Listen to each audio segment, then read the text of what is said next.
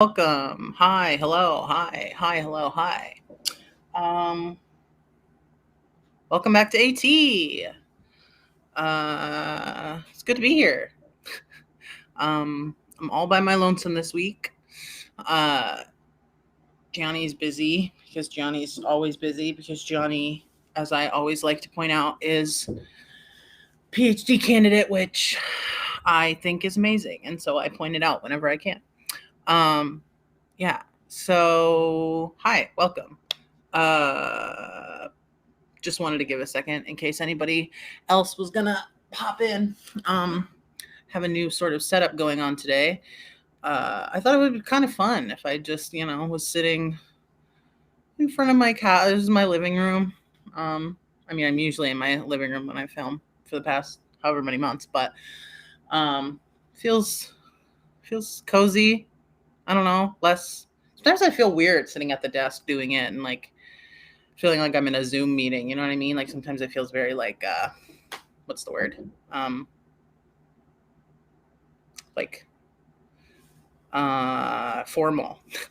I don't think AT is really that formal. I don't really want it to be super formal. So yeah. But yeah, it'll be interesting when we get to shot time because I think I'll have to get up on the couch. You might actually see me do my actual shot this week, which was not my intention, but we'll see. So yeah, this week, what I want to talk about this week is the intersection, the combination, the transformation. I was just trying to think of rhymey worms. God Almighty, I need I need Gianni here to help keep me level. Rhyming words of gender identity, gender expression, and transition, where they all come in together and intersect and mingle and play together. Because this is something that I think about a lot in my cats being fed. Um, a lot in my life and with my transition and whatnot, and I've been seeing it evolve and like be talked about in different queer and trans spaces and whatnot. So I wanted to talk about it on AT. I am kind of sad that I don't have Gianni with me to talk about this, but because I always appreciate their input, whatever the topic is.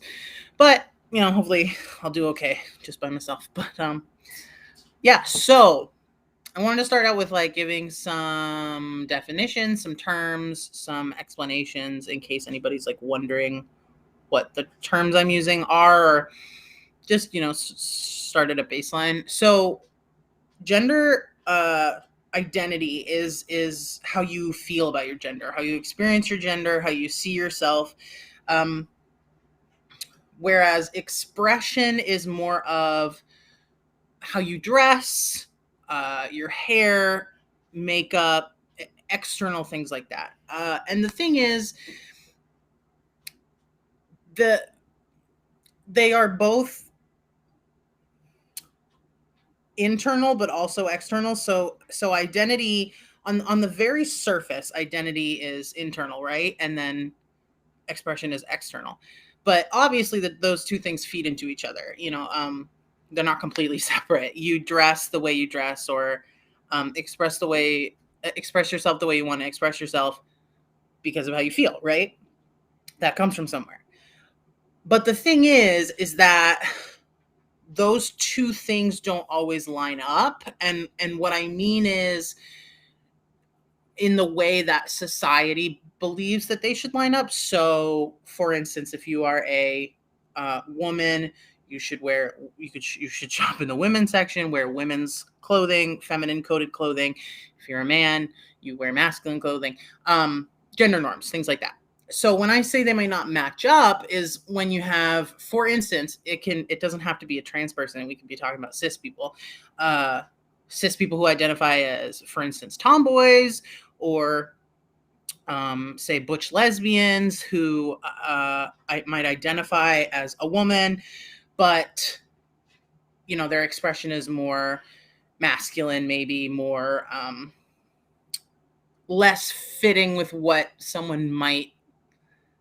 so hard to talk about these things, right? Because it's like there's the whenever I talk about this stuff, it's not what it really is. It's what society, you know what I mean? It's like what society believes, um, the societal norms. I think you understand what I'm saying. The societal norms of what how people should dress, what they should look like, what expression looks like for different genders. So they might not match up. There are also plenty of trans people who are, there are trans women who dress in a masculine fashion because that's just what they like. That's how they like to dress. It might be connected to their gender in the way that they are expressing a specific part of their gender that they want to express, or it could just be that they like those clothes and they want to wear those clothes. It doesn't mean they're not a woman, what have you. But this is where things get kind of muddled when it comes into transition, because transition, as far as like an explanation of the transition, in this context, I mean from a gender to another gender. So I don't want it to get trapped into from one binary gender to the other binary gender, but just a gender to another gender, because as we all know, there are more than two genders. So where transition comes in with all this is that we very much, as I was saying, keep that transition lens very much packed within that binary box. So even though society is starting to little by very little understand transness a little bit, it is still very much in the box in the of the binary.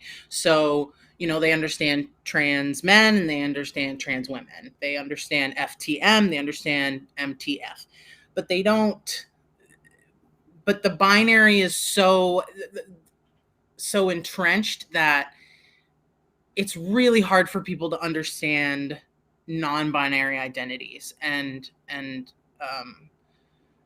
because if you're looking at, people are still trying to fit transness into that binary. So it's like, okay, you can be trans, but it's still one gender to another, which is just not how it is.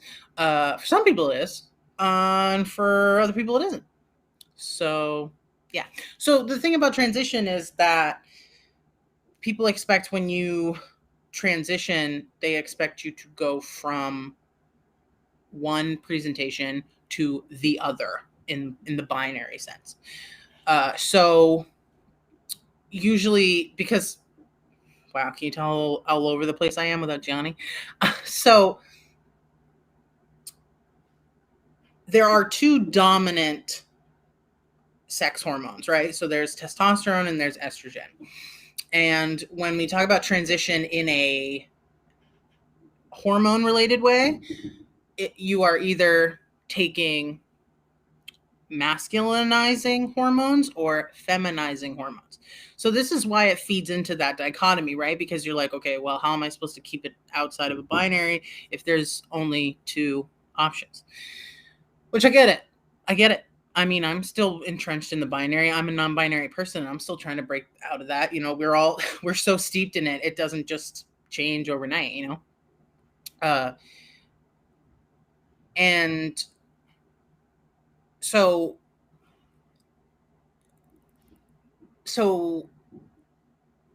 for instance, I have people in my life who have a hard time with my gender identity and understanding it, who really do want to understand it. I believe that that's where this is coming from. They really want to understand what I'm experiencing and like what my gender is. They're like, okay, so you had top surgery and you take testosterone, but you're not a man. And I'm like, nope. To me, that makes perfect sense.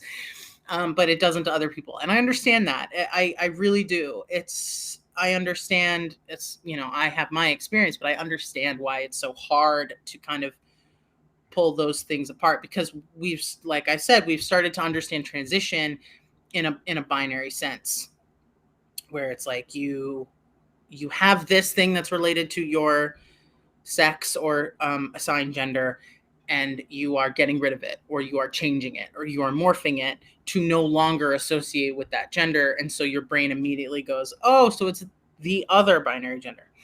Uh, so I figured I'd try and explain a little bit more about how identity and expression kind of mingle and kind of, it's always like really hard to explain this kind of stuff because it is kind of like a you had to be there situation. Um, I think that other trans and GNC people will probably understand that it's just sometimes so nebulous and you try and like catch the threads of things and they just sort of slip away from you. So I'll give examples for myself because that's all I can talk about concretely is myself. But in the way that I am hoping that I am by doing that, helping speak for other trans GNC people. Whew, I'm all over it today. So when I decided to get top surgery, like I for a long time did not want to go on T and did not want to get top surgery because in my mind those were things for trans men, because again it was in the binary, right? So in my mind, what I was thinking of transition in the way that I think a lot of cis people understand transition as well is transition comes out of a place of being really depressed, feeling oppressed by your gender, by your assigned gender, the whole being in the wrong body thing, which again, it's not true, but it's just like one facet of like the entire varied trans GNC experience.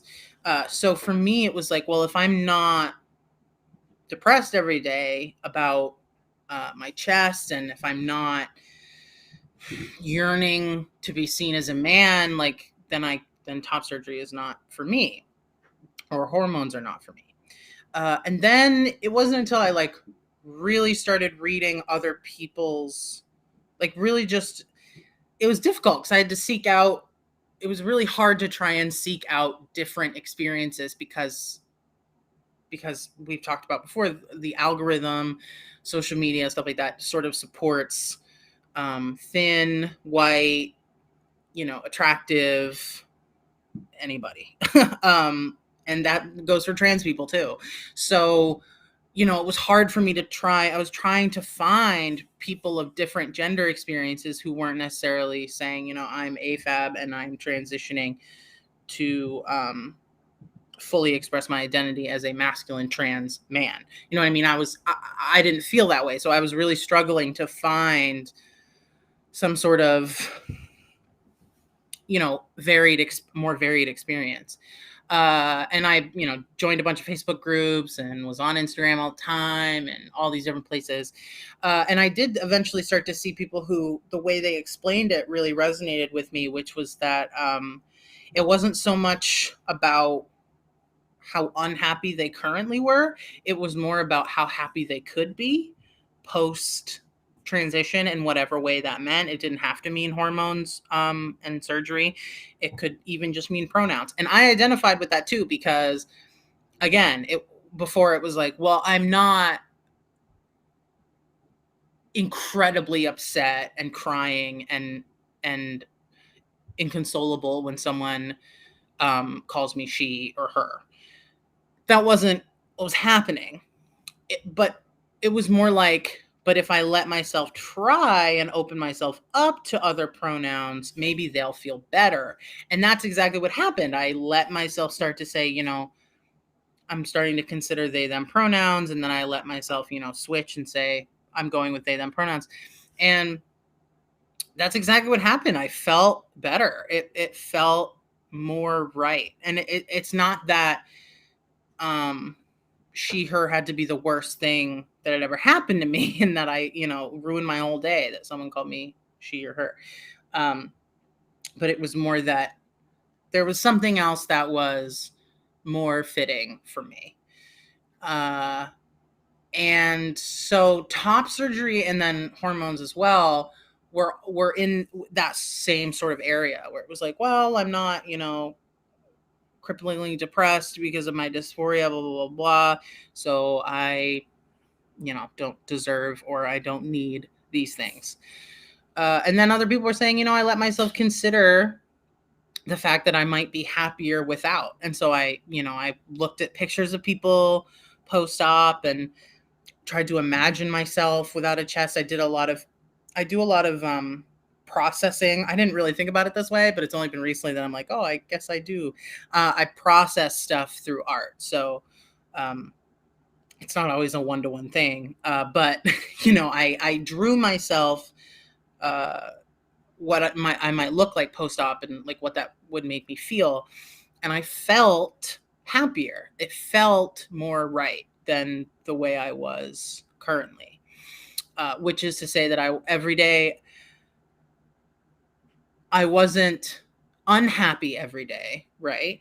But then when I did end up getting top surgery, I am now happy every day when it comes to my chest. I'm happy and comfortable and affirmed, whereas before I was almost never happy or affirmed or even really content. It was sort of like ambivalent at best, upset at worst. And now it's like I'm content at worst and then just like happy at best, which is like almost every day. I don't walk around being like, oh my God, my chest is flat. It's not quite like that, but it's like I just feel in that part of my body and my identity, I feel good. And I didn't have that before. So testosterone was a similar thing, but again, testosterone, everything about transition is gendered, right? And kept in this binary. And, the way they talk about these surgeries is, as FTM top surgery or MTF top surgery. There are a few places like the Gender Confirmation Center, run by, I don't know if it's run by him, but it was started by Dr. Mosser in California. He has done a lot of conferences and stuff where about like non-binary. He talks about like MTN, like male to neutral, or or neuter, or neutrois. I never say that word right. So trying to make it a little less set in stone and sort of talking about, it's really interesting. He talks about at conferences and stuff about different options for people who are non-binary, different visual, like where the fat is distributed, not necessarily being entirely flat, or and I'm biased towards the masculinizing top surgery because that's my experience. But I believe he talks about it as for AMAB people as well. But besides that, all that to say, most people, it is very much FTM or MTF, which is frustrating because, even if you're getting top surgery, it's kind of frustrating to sort of be put into that box. Even when I was getting my insurance plan, which I'm on a trans specific plan, they were like, oh, are you a trans man or a trans woman? And I was like, this is a trans specific plan and you guys don't know, you don't have an option for non-binary people. Because it's just frustrating. It's kind of like misgendering. It's like, for at least in my experience, it's not gonna necessarily ruin my whole day, but it doesn't feel good. And I'm gonna think about it and I'm gonna feel crappy about it probably. So with testosterone, it was even more like, well, I'm not a dude. You know what I mean? Like I was like, I'm not trying to be a dude. And some people are like, that's what they feel. And they want like a full beard and they want everything testosterone could give them. And that's totally cool. Love that. It's just that when you are non-binary and that's not necessarily your experience, you have this weird middle ground that you're trying to walk where it's like, what what is right for me in my gender expression, especially if you're a gender fluid person. I've been talking about this with people over the past few days. Like if you're gender fluid or gender um, queer or something that's your gender sort of changes day to day, or your expression changes day to day. You can obviously change like things with makeup and clothes and things like that, but there's only so much you can do hormones wise, because you can start and stop hormones whenever you want, but there are certain things that will be permanent that you can't reverse. So for instance, if I stop taking tea right now, uh, my fat distribution on my body would probably change a little bit. Like my face might go back to being more I mean, it's not super square as opposed to how it was, but it was definitely more like diamond shape. Um, but like my voice that has dropped a bit, that would remain because your vocal cords thicken, and you can't unthicken that them. Um, is there a surgery for that? I wonder. Things change so quickly in the medical community now that I'm always like, there might be a surgery for that now. But as far as I know, you can, if you, and so like, for instance, if you're a person who wants to make your voice higher, you have to do voice training for that. Like kind of like a singing coach. Like you have to train yourself to do that. It's not something physical that happens. You can't reverse that. And like my facial hair that I've started to grow, like a few little patchy bits that I have, that would always grow like that. I wouldn't necessarily get more growth, uh, but those areas would still grow. You know what I mean? So um, it's tricky. It's really hard to kind of figure out where you fit in there and say, like when I started, I was like really afraid, where I was like, I don't know. Every person's body takes to hormones differently. Some people take to them really well, or like really quickly, and they see a lot of changes really quickly. Some people see it more slowly. Some people have to go on lower doses when they start out because of their body chemistry. It's different for literally every person, and they cannot predict, at least not right now, what traits you're going to get, and you can't necessarily know that you're going to be able to reverse them if you stop. So, for me, it was a lot of like, I'm not a person who's trying to get every effect that a masculinizing hormone can give me, but I do have dysphoria where I am now. And honestly, at the end of the day, it was about what I won't know until I try, honestly. So, you know, what they have for that basically is low dose, which again, low dose is, I could tell you, I have no problem telling you that my dose is zero point 0.1 um, milliliters a week. Uh, yeah, a week. But that means like nothing in comparison to other people, because there are trans men who identify as men and want every masculinizing thing they can get out of tea, but they have to be on a low dose because of their system for whatever reason. Like a low dose is different for basically everybody and every body, because of, and if you have, like, for instance, if you are a person who has a uterus and you have PCOS, you are likely to have a higher level of testosterone in your body already. So a low dose of testosterone for you might seem like a higher dose. You know what I mean? Like it's different for literally every person. And I just want to stress that. Um, and, I mean, we could compare me and Gianni's transition in the fact that Gianni takes 0.2 and I take 0.1, which is not a huge leap, but Gianni's voice has dropped way quicker. Gianni shaves like their face often now because they have like a lot of facial hair. So it just goes to show like how incredibly different and how much you can't predict things.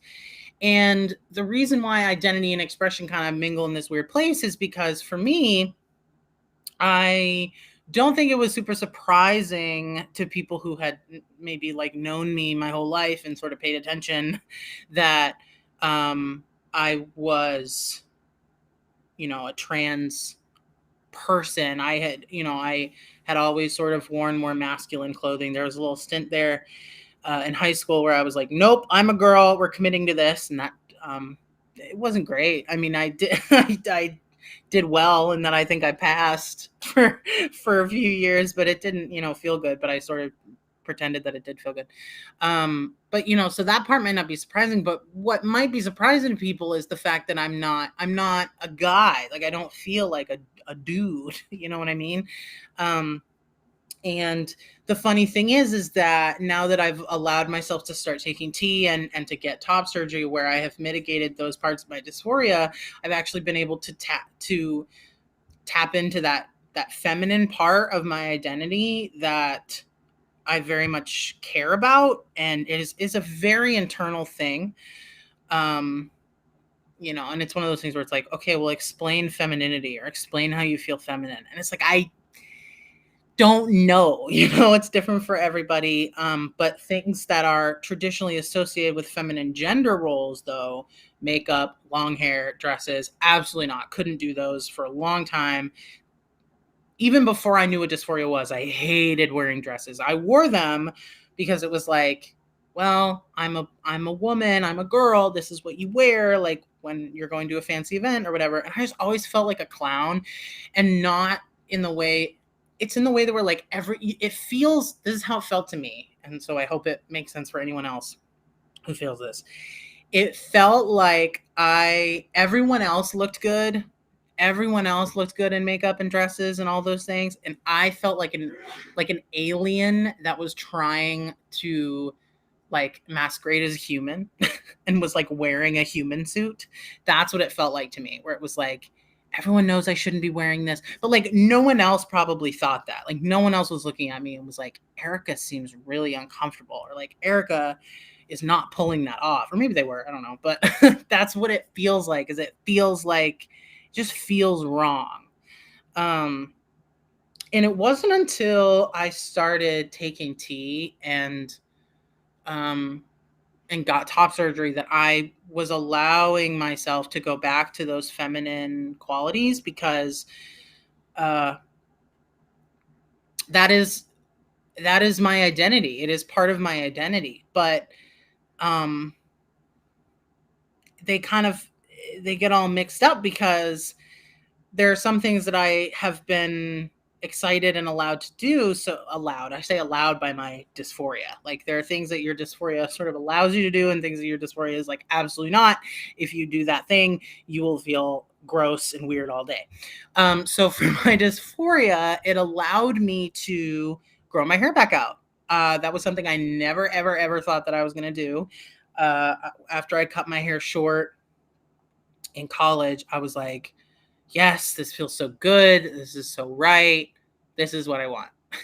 um, and I didn't think that was ever going to change. But then when I saw boys with long hair, I was always like, oh my God, I love that. I love long hair on boys, but I can't have long hair. And so when then I started to drift a tiny baby bit, I say that as someone who is still almost always gendered female. Um, uh, just when I started to wander down the path of mask, uh, was I like, oh, I actually really like long hair. And that's where my femininity sort of was like, okay, we can mix with this masculine here. And that's what I've sort of really enjoyed, is I'm letting myself become more masculine in expression, in the like, the things that tea gives you, like the more body hair and darker body hair. And I have this little ghost of a mustache happening here. I don't know how I feel about facial hair just yet, but it's happening. My voice dropping, all these things, has allowed me to sort of let those feminine things come back out, because it's like, instead of being pushed into this box where you have to perform all of the traditional pillars of femininity all the time, instead of getting to pick and choose, now I feel like I can pick and choose. And um that's the thing, is that expression does come into play with identity, but like, if you see me typically as I am now, like I a lot of the time wear clothing that is pretty mask. Like people would consider it pretty mask. I mean, I sew a lot of my own clothing now, but the styles that I make and paired with the items that I pair them with tend to lean pretty masculine. And so, the vibe I give off is pretty masculine. I think a lot of people, the only thing that tends to trip people up is the hair. People, especially now when I'm wearing a mask and my voice is not dropped that much, and especially when I use my customer service voice, people still peg me. They, call me she, her, and gender me as female. Um, but that's the thing, is that like I'm not trying to be masculine when I dress that way. And there are some people 100% who dress the way they do because they want to be perceived as masculine, whether they are trans mask or like a butch lesbian who wants to appear masculine or whatever it is. Like there are people who dress that way to be perceived that way. And then there are people who dress the way they dress because they just want to dress that way. And that's very much how I feel. And so I get trapped. I feel trapped a lot of the time where I've had people describe me as trans mask. And I remember one time seeing a post, I think it was by Ink Davidson on Instagram. I hope that's still their handle. But they're a non-binary person, unless it's been a while. So I hope I'm gendering them and everything correctly. But they talked about how it didn't feel right when people would refer to them as trans masculine because that's not how they feel internally. That is not their identity.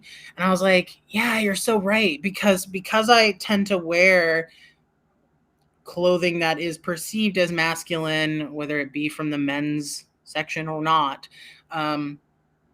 people perceive me as transmasculine. I take T, I got top surgery, I'm transmasculine. But the thing is that like I don't feel that way. That is not how I feel internally. And again, it's really hard to describe because you're like, okay, well, Erica, you take T, you have done away with some of the traditionally masculine or feminine things in your life and your expression. Like, yes, you're right. But it's hard to explain that like I your identity is about is how you feel and what feels true to you and your expression, and that may even translate to pronouns, don't always line up with what people think of that identity. So there are, you know, there are trans masculine people who use he. There are trans masculine people who use they, them, or um, like neopronouns. They're all over the place. There are so many different experiences in that way. And so all of that to say that expression is really complicated, and it's an important part of your identity. It is not your identity. It is a facet of your identity, but it is not your identity. And I say that because, I'm sure everyone knows someone who, I mean, this was me back in the day. We all know someone who expresses themselves in a way or wears certain clothes like I have someone in my family who is always gendered male, like, and is like, why? I am not a dude. I don't want to be a dude. I am a woman. Don't even necessarily try and appear masculine, nothing like that. They just always get gendered masculine. I think it has to do with they're tall and they're broad, and because of all those things and whatnot, like societal expectations, they tend to get called sir a lot, and it's really confusing. And it's one of those things where it's like gender is so weird. People are so weird about who they assign which genders to. It's very relative. It's very different based on, you know, every different person. It's weird. It's very weird. Uh, so part of me has thought about this. I think about this a lot. Like I tag my posts on Instagram and stuff like that with like trans mask and trans masculine and stuff like that. And I worry that I'm perpetuating that like keeping things in a box. And it's hard because I tag things like that because I'm trying to help people find my content. And words, it's annoying, the limitations of words and labels can really help, but they can also be really, really confusing and not help at all. And trans mask for me is like helpful in that way, where it's like people who are looking for info about T, people who are looking for top surgery stuff, they tend to go into the trans mask section as opposed to maybe just non-binary. And trans mask carries with it like, I don't know why, but trans mask carries with it like I don't know if other people agree. I would love to hear input on it, but like it seems to carry the idea of like I am transitioning or I have transitioned, as opposed to non-binary, where it's like I carried that belief for a long time. I was like, I'm non-binary, so I'm not transitioning as far as hormones or surgery, which is like, that doesn't mean that. Sure, you can be a non-binary person who doesn't transition in any way, shape, or form. Totally fine. But that doesn't mean that you can't or shouldn't. Like that's, it's just a word. So I feel bad. I'm like, I don't know if I should be tagging this with this anymore. You know what I mean? Because I feel like I'm putting myself in that box, and I'm not only am I putting myself in that box, I'm letting other people put other people in that box, because it's like, okay, so people who are this identity do this or have this surgery or take hormones or whatever. And it's like, it's not true. It's different for literally everyone. Whereas non-binary is like, trans mask to me feels more expression based. Whereas for other people, trans mask is an identity and like they feel that. But for me, it's like I feel trans mask visually, like in the way that people expect trans masculine people to get their breasts removed or start testosterone. And it's like, but I don't feel trans mask. Like that's not my identity. That's not how I'm trying to. I feel like I'm not honoring myself with that phrase. You know what I mean? And I'm like, instead, would it be more beneficial to talk about things like AFAB? If I say I'm assigned female at birth, then people understand what that comes with. If I say I'm AFAB non-binary, maybe that would be more helpful, because it's like, okay, I was assigned female at birth, which gives you an idea of like, or if we want to get even more specific, I can say I am a person with a uterus. I am a person with estrogen as my dominant hormone, because then maybe it allows for more intersex representation, because there are intersex people who, yes, are assigned. Intersex people still have genders forced on them at birth, assigned to them at birth, but their anatomy is what it is. It may not match whatever people think it's supposed to look like or whatever, whether that's a physical expression thing or a internal like chromosomes or whatnot. So maybe it would be helpful if I just started focusing on things like, I am a person with a uterus who takes testosterone, and my dominant, like depending on the situation. I wouldn't give that whole long paragraph every time I introduce myself, like I am an AFAB non-binary person who has a uterus, like not like that, but more like a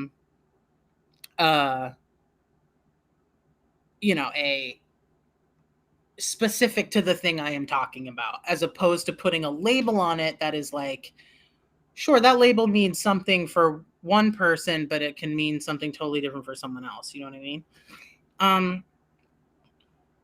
And the other thing about expression too is that like, I've been seeing a really interesting thing. I'm in a few different top surgery groups like on Facebook, And I've seen some, and the top surgery group I'm in is for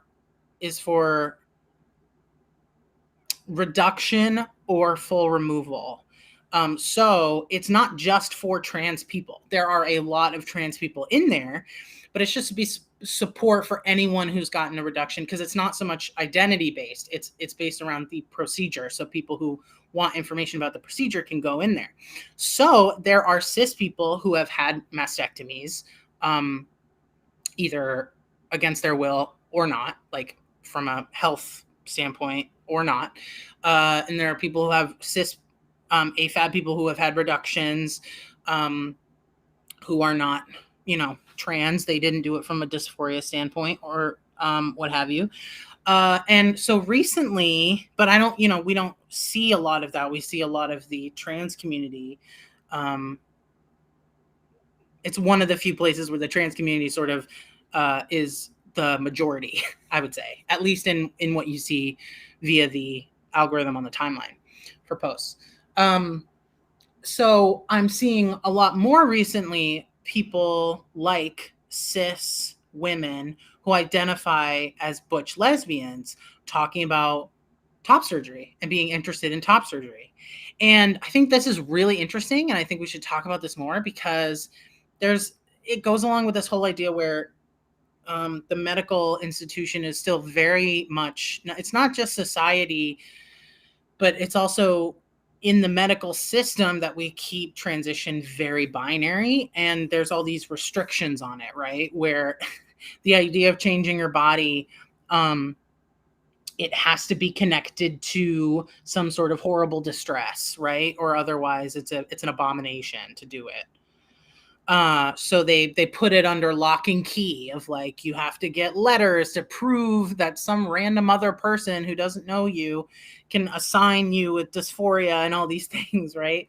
But I think, there's this whole conversation, there's this whole debate about like, do you need dysphoria to be trans? And I don't think that you do. I think transness it's way more than just I'm trapped in my body. That is not the narrative for everybody. And and in the case of like a butch lesbian coming and saying like, they're considering top surgery, like, again, I am not this person of this experience, so I don't want to assign this to them if that's not necessarily true.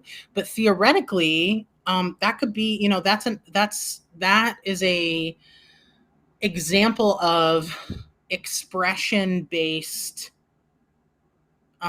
transition, as opposed to maybe like identity. It's not tied to like a trans identity situation, you know what I mean? So like, I think if you want to be happier in your body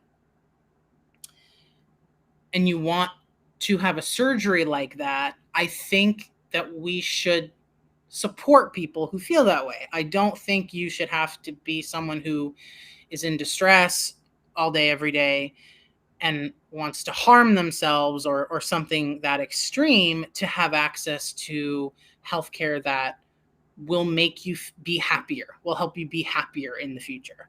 And for some people, that literally just means I present myself very masculine and I want my clothes to fit better and I want to feel more masculine in this way, but I still identify as a woman or whatever. Like, that should be fine. Like, it's really weird how people get really fixated on other people's bodies and choices about their bodies.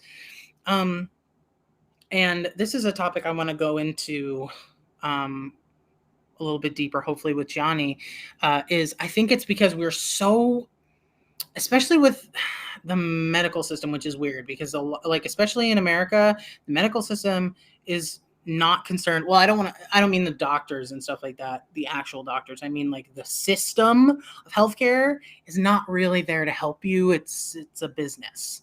And insurance sort of runs that whole thing. So it's this weird thing where they're constantly like gatekeeping you and keeping you away from healthcare because of insurance and prices and all these things. But at the same time, they get very on their high horse about protecting you when it comes to things like abortion or transition related surgeries. It's so frustrating because it's like, well, okay, if you want to get on your high horse about that and you want to get on your high horse about abortions, then why didn't you offer the birth control to give that person who couldn't access it, so now they wouldn't be in this situation being an abortion? You know what I mean? It's just so strange and hypocritical. And there's also this thing about being sure. It's like, are you sure? Are you sure you're gonna? And like, we do this to people with tattoos and piercings, right? Like, it's not um solely related to body modifications in a healthcare setting. It's like, are you sure? Are you positive? And we're seeing those people who have those fears being stirred up a lot, because now we're getting a lot of detransition narratives from people. And that's a whole thing I want to get into. It's like, there's this weird obsession from other people who are worried about what people do with their bodies and the decisions that they make. And this whole like projecting, like, well, I'm just worried about you.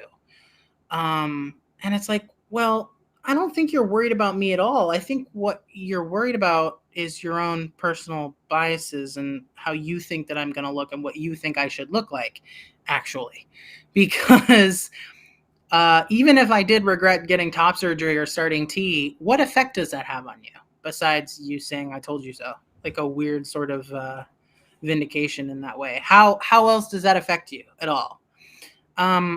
So it's really odd to me, and I think that we need to just broaden in all ways, broaden our horizons and perspective when it comes to who should have access to transition healthcare, who should, all this stuff. Like, I just think it's all more complicated than people want you to believe. That's not a very conspiracy. Want you to believe, but you know what I mean. Yeah. And the last piece that I wanted to say before I like get into shot territory is like, this all ties into why I kind of don't love labels as far as like sexuality stuff. I When I am forced when I give my identity in that way, I say that I identify usually as queer. Like, that's my like overarching, I don't want to get into it, queer. If I get a little more specific, it's like ace and pan, because ace is its own sexuality, which just all it means is that you don't experience sexual attraction. That could be at all, or it could be as much as allosexual people do, whatever. It doesn't really have to do with who you're attracted to. So I would say that I'm on the asexual spectrum, but I would say that I'm ace and pan, because I have such a hard time with other labels because of the fact that identity and expression are so wibbly wobbly and all over the place. And like that whole thing where it's like, if you meet somebody and you perceive them as one gender and you're attracted to them because you perceive them as that gender, but they identify as this other gender, technically, like if you perceived a person to be the opposite gender of you and their identity is not that, then technically you're not straight. You know what I mean? Like, you could argue that you're attracted to the opposite presentation if that's what you think or whatever, but that's why it's so frustrating to me, because technically that's not what the word means, like that's not what straight means. It has to do with your identity and your and like, yes, I understand that non-binary lesbians and non-binary gay people and all these things exist. I get it. I do. It's just, for me, I don't like words that are so based around like sex, like your genetic sex and stuff like that. And for some people that's not what they see those labels as. Um, and I totally respect that. It's just for me, it's like I can't, like, how could I ever say definitively that I'm attracted to this type of person and this sex of person or this gender person, because everyone's experience of gender is so different that, like, how like if that's what sexuality is talking about, your identity, and you're attracted to someone before you even know, unless you are literally staring at someone's genitalia, you are not attracted to a person's genitalia. That presumably comes after the initial presentation or meeting of that person. So you don't know what genitalia they have. You don't know what sex they are. You don't know what chromosomes they have.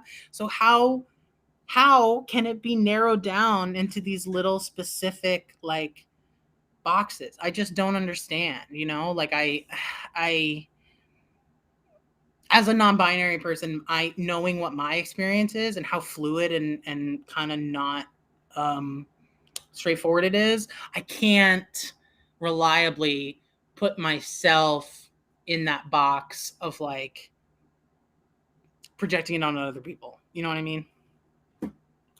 Um yeah, and so it's, again, it's different for everybody, and it's wild because, like, we like to believe that sex and gender are separate things, and, like, okay, but sex is a definite thing, and it's like, okay, but it really kind of isn't, because there are all these different intersex people, and, like, you might not even know that someone is intersex. Like, it's just so wild.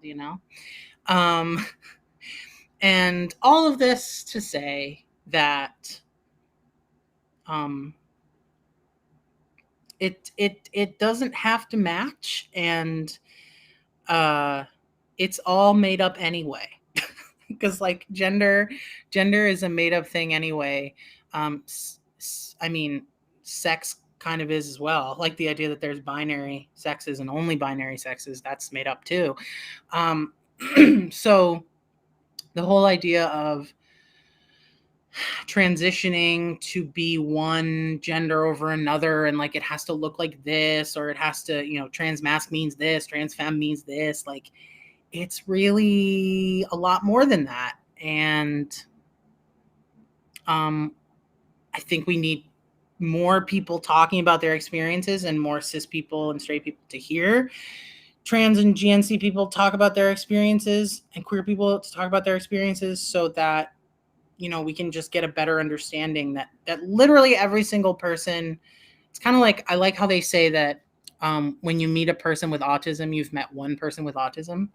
I think that's a great phrase, because it's talking about how, like, you can't put autistic people in a box and say, oh, they have XYZ behaviors, or what have you. Like, autistic people are so different from one another and have such different experiences. And I think the same can be said for trans, GNC, and queer people. It's so, but it's hard because, we tend to see these similar narratives, or what are pandered to us as similar narratives through the media and the social media algorithms, and what have you. So it can be really hard for people to know that there are people with very different experiences, different from one another, and whatnot. And yeah, so yeah.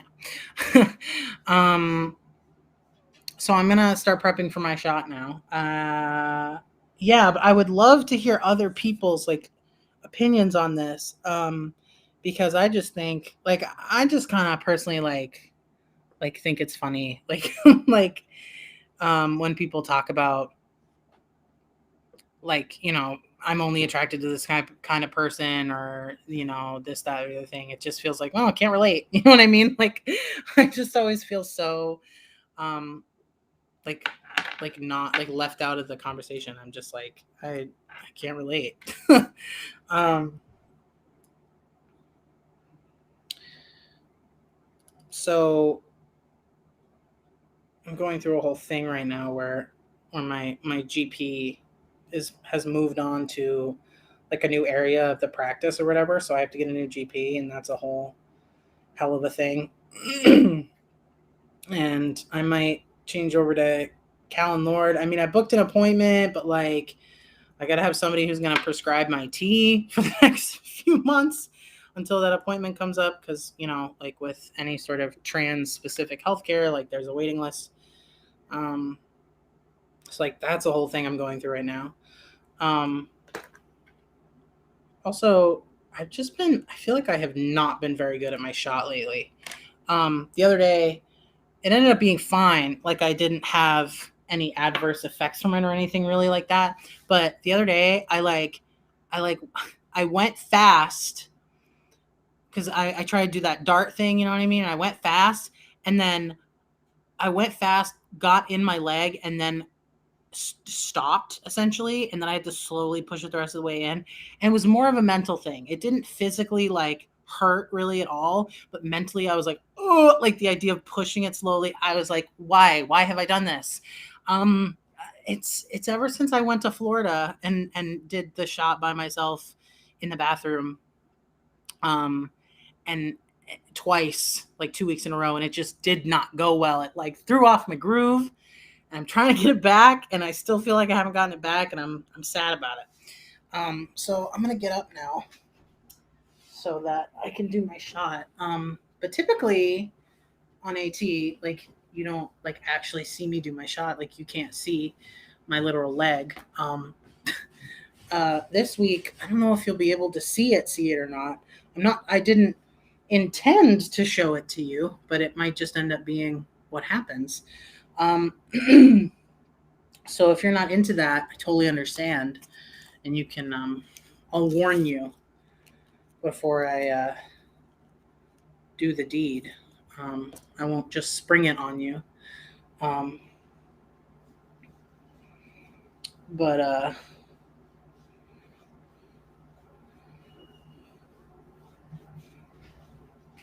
yeah, I always feel weird about showing it on camera because like I'm half like, oh, it will be nice for people who want to know how to do it and like get an idea. But then I'm also like, oh, but what if I mess it up and then people are gonna emulate me and mess it up or whatever. Oy, oy, oy. Also, my cat wants to be involved. It's a whole thing. All right, gotta pick a spot. Haven't been keeping up with my remembering which day is which leg, but I pretty positive last week I did left leg, so guess I'm doing right leg today. um, yeah, okay, it's a good spot, right? Yeah. I've slowly drifted. I started originally my shots were like right here, and I've slowly started moving them to the side. I don't know if that's beneficial in any way. I know Gianni does theirs like straight or not straight on the side, so I don't know. Okay, but I'm gonna do deep breaths now.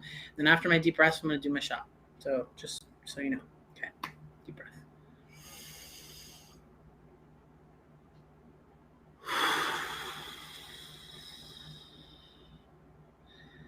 And one more.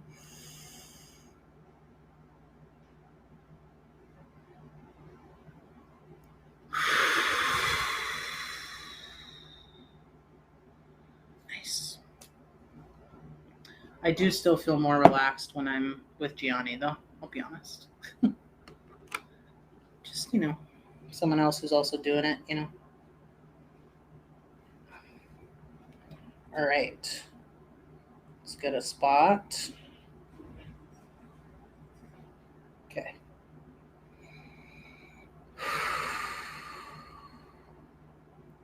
All right. 1, 2. Wait, no. I was not in the right headspace. Okay. Here we go. 1, 2, 3. All right.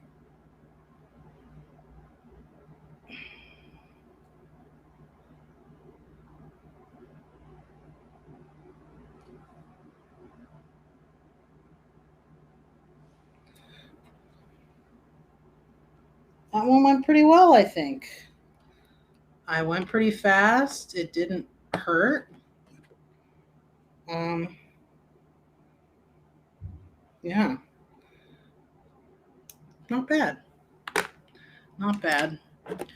Um, yeah, there was a while there where I got really good at it, and I would just go like I would not even think about it. You know what I mean? Like I would just go like boom, boom, boom, done. Um, Not anymore. Not anymore. Like as you can see, I kind of got faked out a little bit there. Faked myself out a little bit. I was like, whew, I don't know. I just get in my head thinking about it. That sucks. But yeah, we're okay. We did it. It went fine. It went well. Another week down. But yeah, so thank you for watching. Thank you for being here. Always appreciate you being here. And have a good week. Take care of yourselves and everyone else. And see you next week. Bye.